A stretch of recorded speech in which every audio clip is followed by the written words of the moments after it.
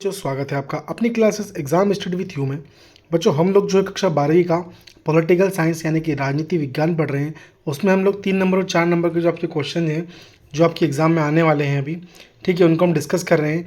तो अगर आप लोग चैनल पर नए हैं तो प्लीज़ पहले तो आप लोग चैनल को सब्सक्राइब जरूर कर लीजिएगा, और साथ ही साथ अगर आप लोग चाहें तो टेलीग्राम अकाउंट या यो व्हाट्सअप ग्रुप या अन्य किसी भी हम लोगों के जो है वो आप अकाउंट से जुड़ सकते हैं, ठीक है। देखिए बिना किसी देरी के स्टार्ट करते हैं। हमने इसके पहले की 2 क्लास से पढ़ चुके हैं। आज हमारा पार्ट 3 होने वाला है इसका। तो आज का हमारा पहला क्वेश्चन होने वाला है कि संयुक्त राष्ट्र सुरक्षा परिषद क्या है। तो क्या बोल रहा है कि सुरक्षा परिषद संयुक्त राष्ट्र संघ की कार्यकारिणी है, मतलब एक हम बोल सकते हैं कि यार जिसके द्वारा कार्य किया जाता है, ठीक है। सुरक्षा परिषद द्वारा राष्ट्र संघ के लिए जो है वो कार्य किया जाता है, जिससे संयुक्त राष्ट्र की कुंजी हृदय, विश्व का पुलिसमैन तथा संयुक्त राष्ट्र की प्रवर्तक भुजा इत्यादि की संज्ञा भी दी गई है। मतलब विश्व के प्रत्येक तरह से सुरक्षा करने का काम किसका होता है, तो संयुक्त राष्ट्र सुरक्षा परिषद का होता है। इसके 5 स्थायी सदस्य अमेरिका, ब्रिटेन, चीन, फ्रांस तथा रूस है। इसके अलावा इसमें 10 अस्थायी सदस्य होते हैं जिनका निर्वाचन महासभा द्वारा प्रत्येक 2 वर्ष पश्चात किया जाता है। अस्थायी सदस्यों सामान्यतः 5 अफ्रीका एशियाई देशों के, 2 लैटिन अमेरिका से, 2 पश्चिम यूरोप तथा 1 पूर्वी यूरोप के से चयन किया जाता है। अंग्रेजी वर्णमाला के अक्षरों के क्रम के सभी देश एक एक माह के लिए सुरक्षा परिषद की अध्यक्षता करते हैं। सुरक्षा परिषद के 5 स्थायी सदस्यों को निषेधाधिकार वीटो का जो है अधिकार प्राप्त होता है, ठीक है। उसके बाद क्या बोल रहा है देखिएगा ये कि सुरक्षा परिषद का मुख्य कार्य विश्व में शांति की स्थापना करने तो उसे बनाए रखने का होता है, ठीक है। अगला क्वेश्चन देखते हैं। अगला क्वेश्चन क्या बोल रहा है, क्वेश्चन नंबर 15। अगला क्वेश्चन बोल रहा है, क्वेश्चन नंबर 15 हम लोगों का यूनेस्को के प्रमुख कार्यक्रमों को संक्षेप में लिखिए। अब यूनेस्को के प्रमुख कार्यक्रम कौन कौन से होते हैं। तो पहला तो क्या है कि साक्षरता आंदोलन, मतलब प्रत्येक देश को क्या करना है भैया, साक्षरता दर बढ़ाना उसमें, ठीक है। दूसरा क्या है कि संयुक्त राष्ट्र संघ तथा मानवीय अधिकारों के संबंध में शिक्षण, ठीक है। तीसरा क्वेश्चन है वैज्ञानिक तथा शिक्षा संबंधी विशेषज्ञों को एकत्रित करना, ठीक है। चौथा है अनिवार्य शिक्षा तथा शिक्षा मानदंडों को ऊपर उठाना। 5वां है वैज्ञानिकों, कलाकारों तथा शिक्षकों के कार्यों को एक किया जाना तथा अंतर्राष्ट्रीय सद्भावना हेतु उत्तम परिस्थितियाँ उत्पन्न करना। मतलब कुल मिला के यूनेस्को के जो प्रमुख कार्य में उन सब में सभी गतिविधियाँ आती है, ठीक है। जो प्रत्येक एक राष्ट्र को विकसित करने के लिए जो भी चीज़ें होती है वह सारी जो है गतिविधियाँ उसके अंदर सम्मिलित की जाती है, ठीक है। अगला क्वेश्चन देखते हैं। अगला क्वेश्चन क्या है, क्वेश्चन नंबर हम लोग का 16, ठीक, ध्यान दीजिए। क्वेश्चन नंबर 16 क्या बोल रहा है हम लोग का भैया, देखो क्वेश्चन नंबर 16 बोल रहा है भैया कि विश्व स्वास्थ्य संगठन के प्रमुख कार्यों को लिखिए। तो विश्व स्वास्थ्य संगठन के कार्य कौन कौन से हैं।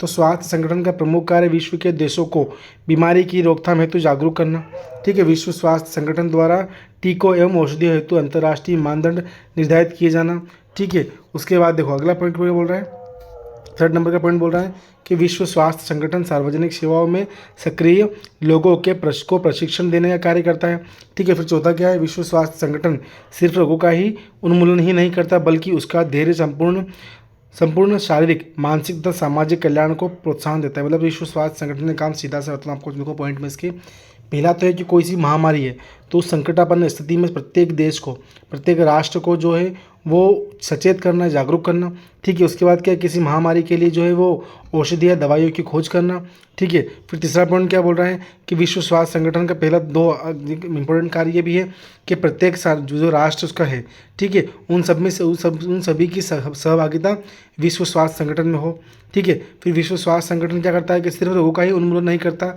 मतलब केवल बीमारी के लिए ही काम नहीं करता है वह, बल्कि शारीरिक, मानसिक तथा सामाजिक कल्याण को प्रोत्साहन भी देता है। कौन, विश्व स्वास्थ्य संगठन। अगला क्वेश्चन देखते हैं। क्वेश्चन नंबर 17 क्या बोल रहा है। अगला क्वेश्चन बोल रहा है क्वेश्चन नंबर 17 के सहमति पत्र इंस्ट्रूमेंट ऑफ एक्सेस क्या था। तो रजवाड़ों के भारतीय संघ में विलय के सहमति पत्र को इंस्ट्रूमेंट ऑफ एक्सेस कहा जाता है तथा इस सहमति पत्र के द्वारा कोई भी देश नरेश भारतीय संघ में सम्मिलित हो सकता था। यहाँ यह उल्लेखनीय है कि उसे प्रतिरक्षा, विदेशी संबंध और यातायात तथा संचार व्यवस्था का दायित्व भारत की संघीय सरकार को सौंपना पड़ता था। मतलब देखो सहमति इंस्ट्रूमेंट ऑफ एक्सेस क्या बोल रहा है कि जो भारत के जितने भी 565 रजवाड़े थे उन सभी को शामिल करने के, भारत में मिलाने के लिए भारत सरकार द्वारा एक यह प्रस्ताव पारित किया गया था जिसको हम लोग इंस्ट्रूमेंट ऑफ एक्सेस कहते हैं, ठीक है। जिसपे क्या है ये 565 रजवाड़ों के जो हस्तांतरण होकर ही उनको भारत में शामिल करवाया गया था, ठीक है। फिर अगला क्वेश्चन देखते हैं। अगला क्वेश्चन क्या बोल रहा है, क्वेश्चन नंबर 18। अब क्वेश्चन नंबर 18 बोल रहा है कि राज्यों के पुनर्गठन का क्या क्या परिणाम निकला। तो भारतीय राज्यों के पुनर्गठन ने देश को उनकी संस्कृति एवं भाषा के आधार पर एक नवीन राजनीतिक पहचान दी। राज्यों के पुनर्गठन के परिणाम स्वरूप राज्य की राजनीति लोगों के काफ़ी नज़दीक आ खड़ी हुई। प्रदेशों के पुनर्गठन ने राज्य राजनीति को अत्यधिक लोकतांत्रिक बनाने में अहम भूमिका का निर्वहन किया। राज्यों के पुनर्गठन से ही अंग्रेजी भाषा विशिष्ट वर्ग की उपयोगिता कम हुई, क्योंकि राजनीतिक क्रियाकलापों का भाषाई क्रियान्वयन अब स्थानीय भाषाओं में किया जाने लगा। यदि प्रशासनिक दृष्टिकोण से देखा जाए तो राज्यों के पुनर्गठन से प्रदेश को का शासन सुगमतापूर्वक चलाया जाने लगा। मतलब सीधी सी बात है, राज्यों के पुनर्गठन आयोग ने क्या कहा था, राज्य के पुनर्गठन जो किया गया था ना, वो भाषा के आधार पर किया गया था। अब भाषा के आधार पर जब किया गया था ना, तो उसमें एक चीज़ सुनिश्चित की गई थी कि जो राज्य है उसमें जौन सी भाषा मतलब जिस भाषा का अधिक वर्चस्व अधिक बोली जाती है, उसी के जितने भी क्रियाकलाप होंगे, दिन प्रतिदिन के क्रियाकलाप शासकीय हो या अशासकीय हो, वो उसी भाषा में होंगे।